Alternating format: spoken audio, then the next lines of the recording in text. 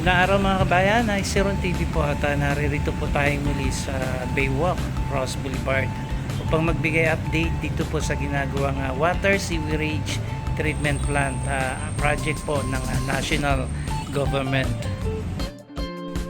Natatanaw na rin po natin na mayroon ng magandang disenyo itong facilities na ito at ipakita ko lamang sa inyo yung nakaraang linggo nung pumunta po tayo rito ay natsyempohan po natin na kinakabit pa yung mga bloke sa kanyang wall nitong facilities na ito.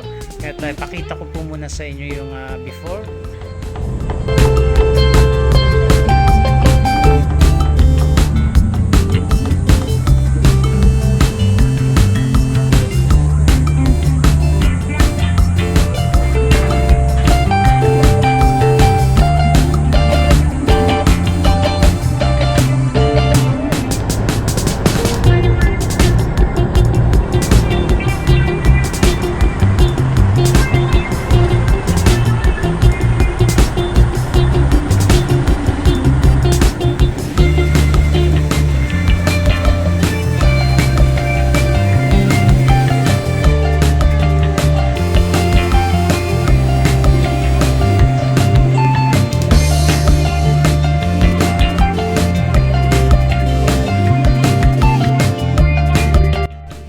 Ito na po mga kabayan ang development ng project na ginagawa ng national government as part of a rehabilitation ng Manila Bay.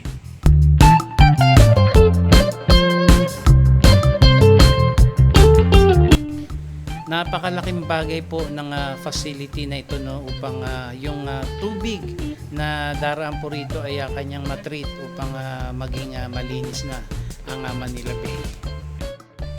Bukod sa may magandang disenyo na naabutan natin dyan, ay naikabit na rin po dyan yung steel matting upang yung mga halaman na isasabit dyan ay hopefully by next week ay makita na natin dyan. And yun po si Kuya nasa taas, nag-paint po dyan.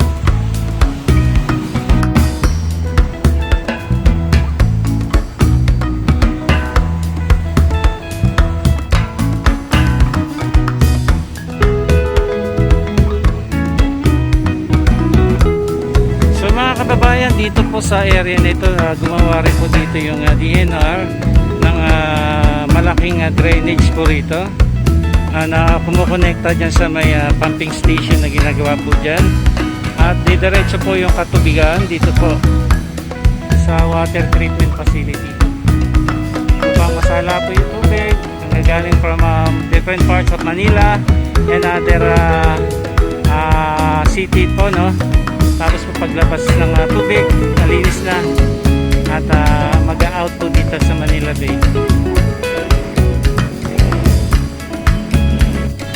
So yan po mga kababayan, ito po yung powerhouse. Pupwesto po siya dito sa building na ginagawa rito. Ayan na po yung development dyan.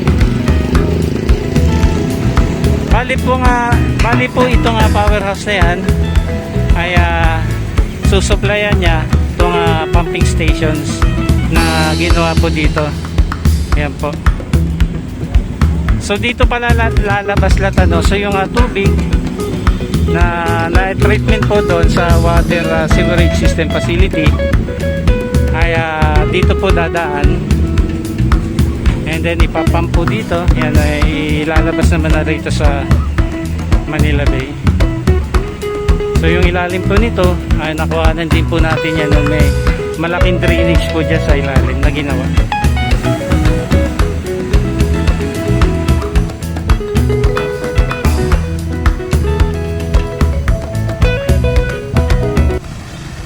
Dito naman ay meron pong mga nakabarang malalaking bato kung kaya yung bako nga po ay inaayos niya po yung opening ng drainage po dyan.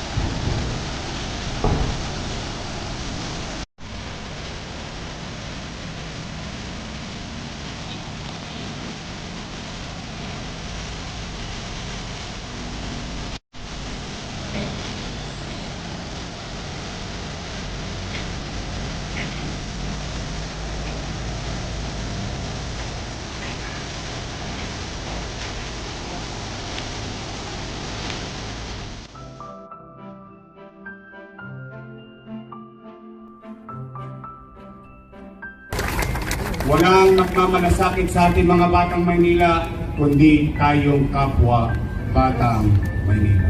Manila! Manila! Manila! God first!